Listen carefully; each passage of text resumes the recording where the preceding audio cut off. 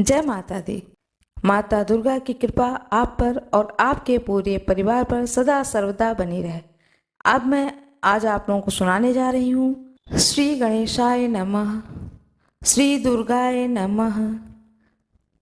अथ श्री दुर्गा सप्तशती, अध्याय 4।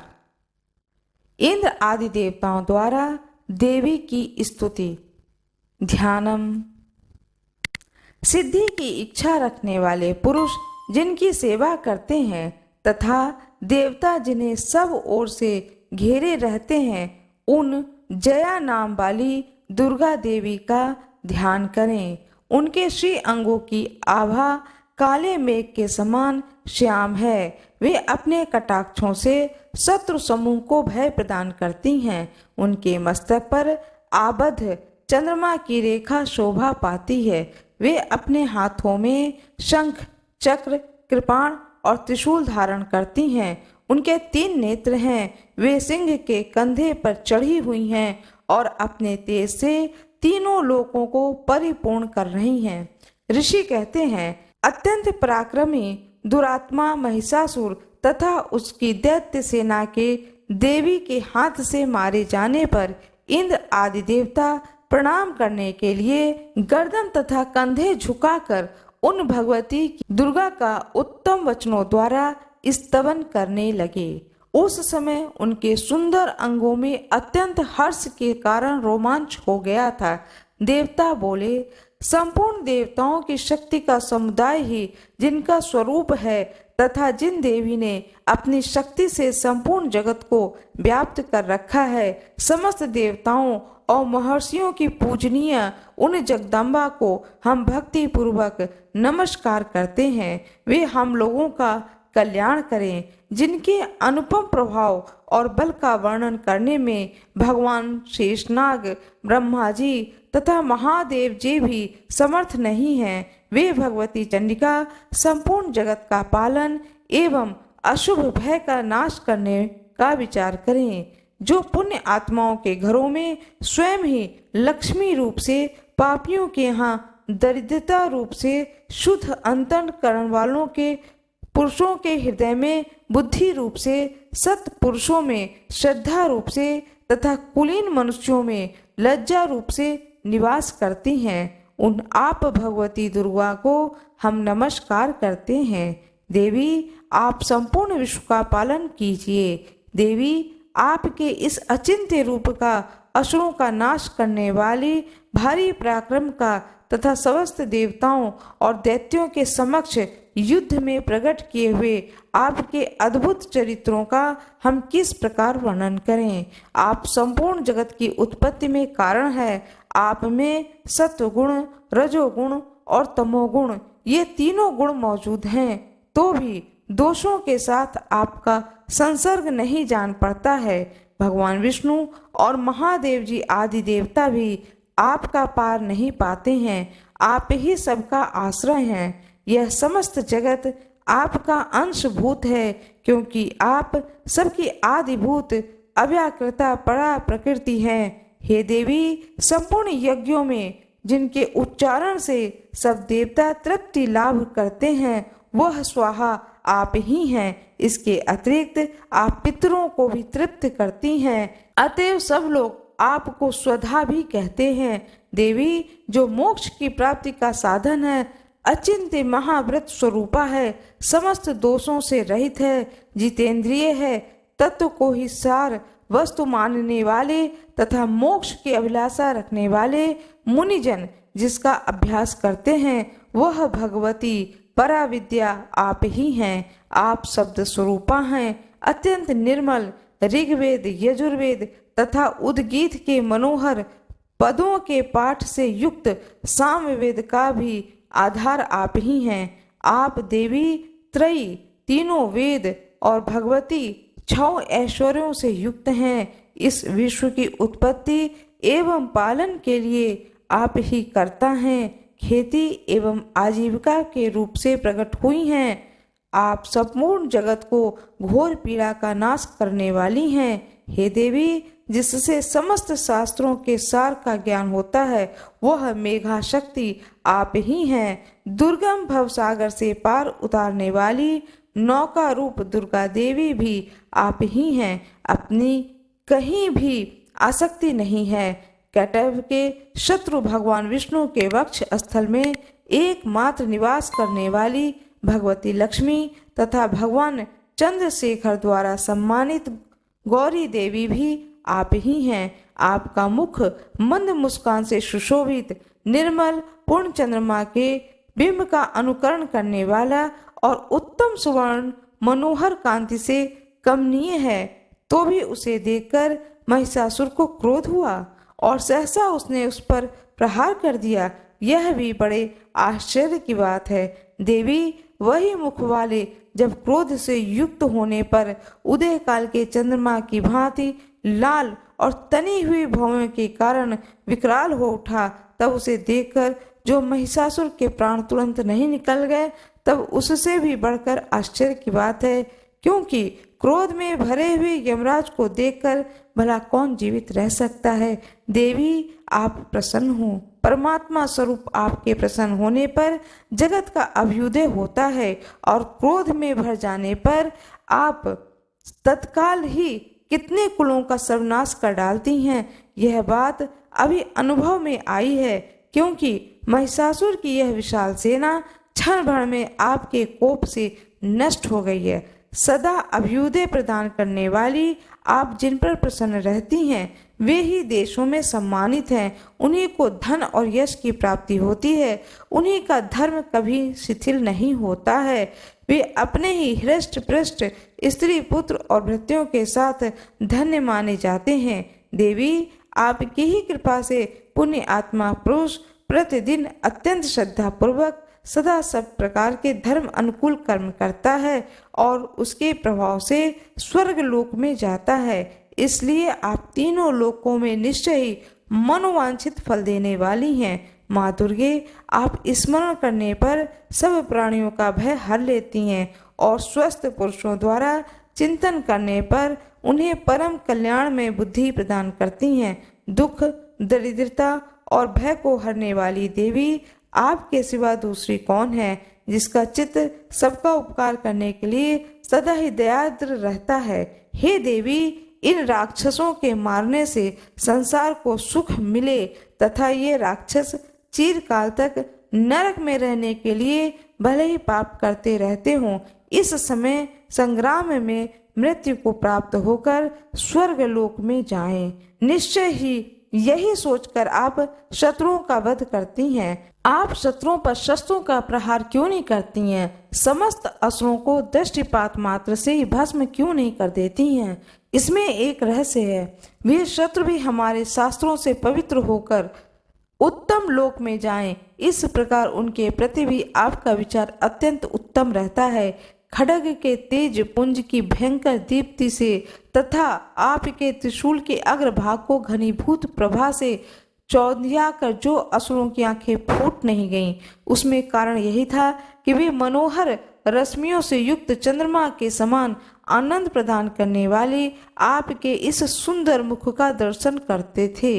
हे देवी, आपका शील दुराचारियों के बुरे बर्ताव को दूर करने वाला है। साथ ही यह रूप ऐसा है जो कभी चिंतन में भी नहीं आ सकता है, जिसकी कभी दूसरों से तुलना भी नहीं हो सकती है, तथा आपका बल और पराक्रम तो उन दैत्यों का भी नाश करने वाला है जो कभी देवताओं के पराक्रम को भी नष्ट कर चुके थे। इस प्रकार अपने शत्रुओं पर भी दया ही प्रकट की है। वरदायिनी देवी, आपके इस पराक्रम की किसके साथ तुलना हो सकती है, तथा शत्रुओं को भय देने वाले एवं अत्यंत मनोहर रूप भी आपके सिवा और कहाँ है। हृदय में कृपा और युद्ध में निष्ठुरता, यह दोनों बातें तीनों लोकों के भीतर केवल आप में ही देखी गई है। माते, आपने शत्रुओं का नाश करके इस समस्त त्रिलोक की रक्षा की है। उन शत्रुओं को भी युद्ध भूमि में मारकर स्वर्ग लोक में पहुंचाया है तथा उन्मत्त दैत्यों से प्राप्त होने वाले हम लोगों के भय को भी दूर कर दिया है। आपको हमारा नमस्कार है। देवी आप शूल से हमारी रक्षा करें, अंबिके आप खड्ग से हमारी रक्षा करें, तथा घंटा की ध्वनि और धनुष की टंकार से भी हम लोगों की रक्षा करें। चंडिके पूर्व, पश्चिम और दक्षिण दिशा में आप हमारी रक्षा करें, तथा ईश्वरी अपने त्रिशूल को घुमाकर आप उत्तर दिशा में भी हमारी रक्षा करें। तीनों लोकों में आपके जो परम सुंदर एवं अत्यंत भयंकर रूप विचरते रहते हैं, उनके द्वारा भी आप हमारी तथा भूलोक की रक्षा करें। अंबिके आपके कर पल्लवों में शोभा पाने वाले खड्ग, शूल और गदा आदि से जो अस्त्र हैं, उन सब के द्वारा आप सब ओर से हम लोगों की रक्षा करें। ऋषि कहते हैं, इस प्रकार जब देवताओं ने जगन माता दुर्गा की स्तुति की और नंदनवन के लिए दिव्य पुष्पों एवं गंध चंदन आदि द्वारा उनका पूजन किया, फिर सबने मिलकर जब भक्ति पूर्वक दिव्य धूपों की सुगंध करके निवेदन किया, तब देवी ने प्रसन्न वदन होकर प्रणाम करते हुए सब देवताओं से कहा। देवी बोली, देवताओं तुम सब लोग मुझसे जिस वस्तुओं की अभिलाषा रखते हो उसे मांगो। देवता बोले, भगवती हमारी सब इच्छा पूर्ण कर दी, अब कुछ भी नहीं बाकी है, क्योंकि हमारा यह शत्रु महिषासुर मारा गया। हे महेश्वरी, इतने पर भी यदि आप हमें और वर देना चाहती हैं तो हम सब आपका स्मरण करें, तब आप दर्शन देकर हम लोगों के महान संकट को दूर कर दिया करें। तथा प्रसन्नमुखी अंबिके, जो मनुष्य इन स्तोत्रों द्वारा आपकी स्तुति करें, उसे वित्त, समृद्धि और वैभव देने के साथ ही आपकी धन और स्त्री आदि संपत्ति को भी बढ़ाने के लिए आप सदा हम पर प्रसन्न रहे। ऋषि कहते हैं, राजन, देवताओं ने जब अपने तथा जगत के कल्याण के लिए भद्रकाली देवी को इस प्रकार प्रसन्न किया, तब ये तथास्तु कहकर वहीं अंतर्ध्यान हो गईं। भूपाल, इस प्रकार पूर्व काल में तीनों लोकों का हित चाहने वाली देवी जिस प्रकार देवताओं के शरीर से प्रकट हुई थी, वह सब कथा मैंने कह सुनाई। अब पुनः देवताओं का उपकार करने वाली वे देवी दुष्ट दैत्यों तथा शुंभ निशुंभ का वध करने एवं सब लोगों की रक्षा करने के लिए गौरी देवी के शरीर से जिस प्रकार प्रकट हुई थी, वह सब प्रसंग मेरे मुंह से सुनो, मैं उसका तुम्हें यथावत वर्णन करता हूँ। इस प्रकार श्री मार्कंडेय पुराणे सावर्णी मनवंत कथा के अंतर्गत देवी महात्म्य में शक्र आदि स्तुति नामक चौथा अध्याय पूर्ण हुआ। माता रानी की जय हो, भोले बाबा की जय हो। श्री गणेशाय नमः, श्री दुर्गाय नमः। अथ श्री दुर्गा सप्तशती। अब मैं आप लोगों को सुनाने जा रही हूँ दुर्गा सप्तशती का पंचम अध्याय। देवताओं द्वारा देवी की स्तुति। चंड मुनि के मुख से अंबिका के रूप की प्रशंसा सुनकर शुंभ का उनके पास दूत भेजना और दूत का निराश लौटना। विनियोगः। ओम। इस उत्तर चरित्र के रुद्र ऋषि हैं, महासरस्वती देवता हैं, अनुष्टुप छंद हैं, भीमा शक्ति हैं, भ्रामरी बीज हैं, सूर्य तत्व हैं और साम वेद स्वरूप हैं। महासरस्वती की प्रसन्नता के लिए उत्तर चरित्र के पाठ में इसका विनियोग किया जाता है। जो अथ ध्यानम, जो अपने कर कमलों में घंटा, शूल, हल, शंख, मूसल, चक्र, धनुष और बाण धारण करती हैं, शरद ऋतु के शोभा संपन्न चंद्रमा के समान जिनकी मनोहर कांति है, और जो तीनों लोकों की आधारभूता और शुंभ आदि दैत्यों का नाश करने वाली हैं, तथा गौरी के शरीर से जिनका प्राकट्य हुआ है, उन महासरस्वती देवी का मैं निरंतर भजन करता हूँ।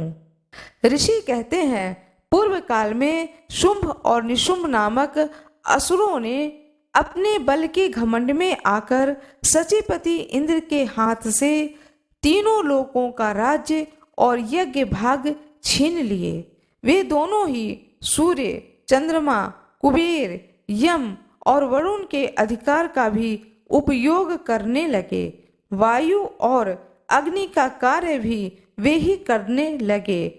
उन दोनों ने सब देवताओं को अपमानित, राज्य भ्रष्ट, पराजित तथा अधिकारहीन करके स्वर्ग से निकाल दिया। उन दोनों महान असुरों से तिरस्कृत देवताओं ने अपराजित देवी का स्मरण किया और सोचा कि जगदम्बा ने हम लोगों को वर दिया था कि आपत्ति काल में स्मरण करने पर मैं तुम्हारी सब आपत्तियों का तत्काल नाश कर दूंगी। यह विचार कर देवता गिरिराज हिमालय पर गए और वहां भगवती विष्णु माया की स्तुति करने लगे। देवता बोले, हे देवी को नमस्कार है, महादेव की शिवा को सर्वदा नमस्कार है, प्रकृति एवं भद्रा को नमस्कार है। हम लोग नियम पूर्वक जगदम्बा को नमस्कार करते हैं। रौद्रा को नमस्कार है, नित्या, गौरी एवं धात्री को बारंबार नमस्कार है। ज्योतिष्णामयी, चंद्र रूपिणी एवं सुख स्वरूपा देवी का सतत प्रणाम है।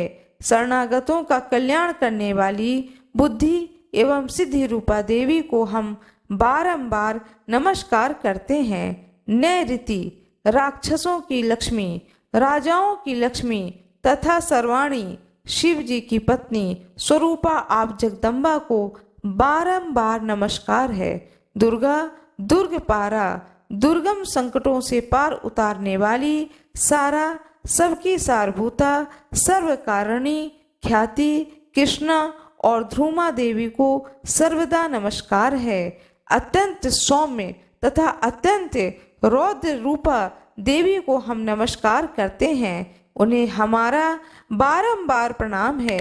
जगत की आधारभूता कृति देवी को बारंबार नमस्कार है। जो देवी सब प्राणियों में विष्णु माया के नाम से कही जाती हैं, उनको नमस्कार है, उनको नमस्कार है, उनको बारंबार नमस्कार है। जो देवी सब प्राणियों में चेतना कहलाती हैं, उनको नमस्कार है, उनको नमस्कार है, उनको बारंबार नमस्कार है। जो देवी सब प्राणियों में बुद्धि रूप से स्थित हैं, उनको नमस्कार है, उनको नमस्कार है, उनको बारंबार नमस्कार है।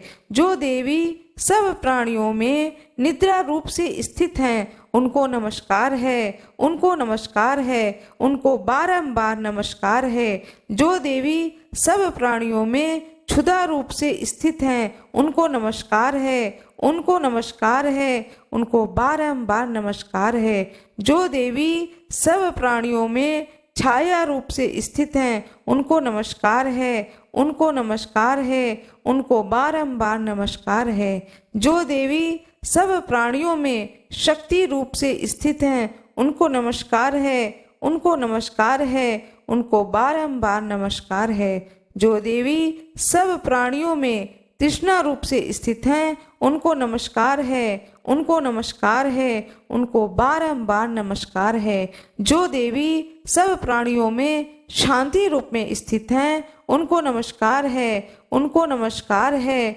उनको बारंबार नमस्कार है। जो देवी सब प्राणियों में जाति रूप में स्थित हैं, उनको नमस्कार है, उनको नमस्कार है, उनको बारंबार नमस्कार है। जो देवी सब प्राणियों में लज्जा रूप में स्थित हैं, उनको नमस्कार है, उनको नमस्कार है, उनको बारंबार नमस्कार है। जो देवी सब प्राणियों में शांति रूप से स्थित हैं, उनको नमस्कार है, उनको नमस्कार है, उनको बारंबार नमस्कार है। जो देवी सब प्राणियों में श्रद्धा रूप से स्थित हैं, उनको नमस्कार है, उनको नमस्कार है, उनको बारंबार नमस्कार है। जो देवी सब प्राणियों में कांति रूप में स्थित हैं, उनको नमस्कार है, उनको नमस्कार है, उनको बारंबार नमस्कार है। जो देवी सब प्राणियों में लक्ष्मी रूप से स्थित हैं, उनको नमस्कार है, उनको नमस्कार है, उनको बारंबार नमस्कार है। जो देवी सब प्राणियों में वृत्त रूप से स्थित हैं, उनको नमस्कार है, उनको नमस्कार है, उनको बारंबार नमस्कार है। जो देवी सब प्राणियों में स्मृति रूप से स्थित हैं, उनको नमस्कार है, उनको नमस्कार है, उनको बारंबार नमस्कार है। जो देवी सब प्राणियों में दया रूप से स्थित हैं, उनको नमस्कार है, उनको नमस्कार है, उनको बारंबार नमस्कार है।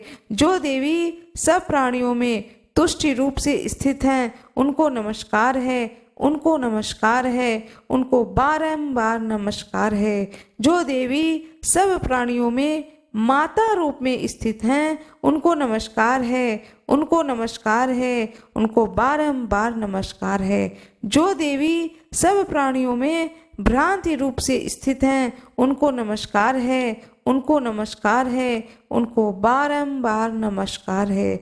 जो जीवों के इंद्रिय वर्ग की अधिष्ठात्री देवी एवं सब प्राणियों में सदा व्याप्त रहने वाली हैं, उन व्याप्ति देवी को बारंबार नमस्कार है।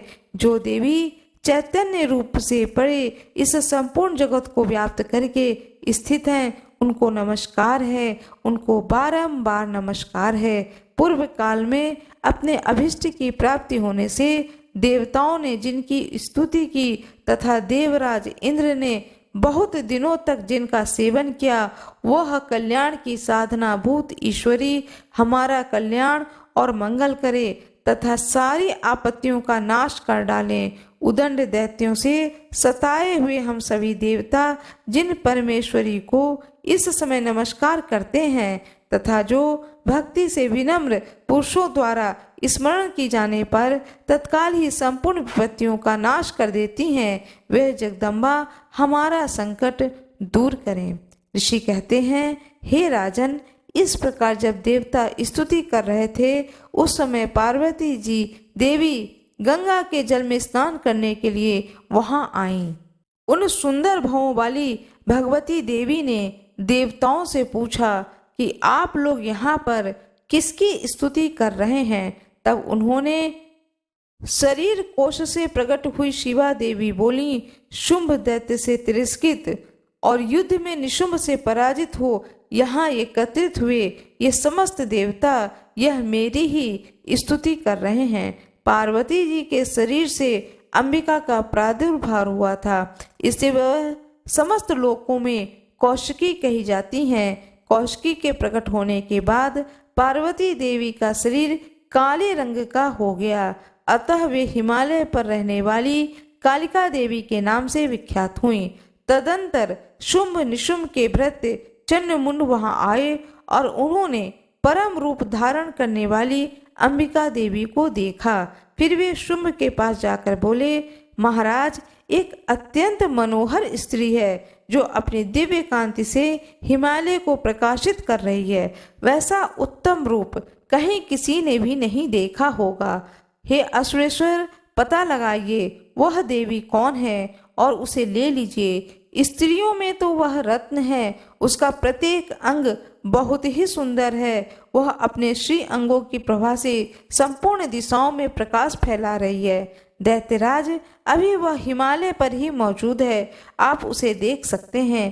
प्रभु, तीनों लोकों में मणि, हाथी, घोड़े आदि जितने भी रत्न हैं, वे सब इस समय आपके घर में शोभा पाते हैं। हाथियों में रत्नभूत ऐरावत, वह पारिजात का वृक्ष, वह उच्च श्रवा घोड़ा, यह सब आपने इंद्र से ले लिया। हंसों से जुता हुआ यह विमान भी आपके आंगन में शोभा पाता है। यह रत्नभूत अद्भुत विमान जो पहले ब्रह्मा जी के पास था, अब यहाँ आपके यहाँ लाया गया है। यह महापदम नामक निधि आप कुबेर से छीन लाए हैं। समुद्र ने भी आपको किलंजनी नामक माला भेंट की है जो केसरों से सुशोभित है, जिसके कमल कभी कुम्हलाते नहीं हैं। सुवर्ण की वर्षा करने वाले वरुण का छत्र भी आपके घर में शोभा पाता है तथा यह श्रेष्ठ रथ जो पहले प्रजापति के अधिकार में था, अब आपके पास मौजूद है। दैतेश्वर, मृत्यु की उत्क्रांतिदा नाम वाली शक्ति भी आपने छीन ली है तथा वरुण का पाश और समुद्र में होने वाले सब प्रकार के रत्न आपके भाई निशुंभ के अधिकार में है। अग्नि ने भी स्वतः शुद्ध किए हुए 2 वस्त्र आपकी सेवा में अर्पित किए हैं। हे दैत्यराज, इस प्रकार सभी रत्न आपने एकत्र कर लिए हैं, फिर भी यह स्त्री में रत्न रूप कल्याणमयी देवी है, इसे आप क्यों नहीं अपने अधिकार में कर लेते हैं। ऋषि कहते हैं, चंडमुंड का यह वचन सुनकर शुंभ ने महादैत्य सुग्रीव को दूत बनाकर देवी के पास भेजा और कहा कि तुम मेरी आज्ञा से उसके सामने ये बातें कहना और ऐसा उपाय करना जिससे प्रसन्न होकर वह शीघ्र ही यहाँ आ जाए। वह दूत पर्वत के अत्यंत रमणीय प्रदेश में जहाँ देवी मौजूद थीं गया और मधुर वाणी में कोमल वचन बोला। दूत बोला, हे देवी, दैत्यराज शुंभ इस समय तीनों लोकों के परमेश्वर हैं। मैं उन्हीं का भेजा हुआ दूत हूँ और यहाँ तुम्हारे ही पास आया हूँ। उनकी आज्ञा सब देवताओं तक एक स्वर से मानते हैं, कोई उनका उल्लंघन नहीं कर सकता है। वे संपूर्ण देवताओं को परास्त कर चुके हैं। उन्होंने तुम्हारे लिए जो संदेश दिया है उसे सुनो। संपूर्ण त्रिलोकी मेरे अधिकार में है, देवता भी मेरी आज्ञा के अधीन चलते हैं। संपूर्ण यज्ञों के भागों को मैं ही पृथक पृथक भोगता हूँ। तीनों लोकों में जितने श्रेष्ठ रत्न हैं वे सब मेरे अधिकार में हैं। देवराज इंद्र का वाहन ऐरावत, जो हाथियों में रत्न के समान है, मैंने छीन लिया। क्षीर सागर का मंथन करते समय जो अश्वरत्न उच्छ्रवा प्रकट हुआ था, उसे देवताओं ने मेरे पैरों पर पड़कर समर्पित किया। सुंदरी, उनके सिवा और भी जितने रत्नभूत पदार्थ देवताओं, गंधर्वों और नागों के पास थे, वे सभी मेरे पास आ गए हैं। देवी, हम लोग तुम्हें संसार की स्त्रियों में रत्न मानते हैं। अगर तुम हमारे पास आ जाओ, क्योंकि रत्नों का उपभोग करने वाले हम ही हैं।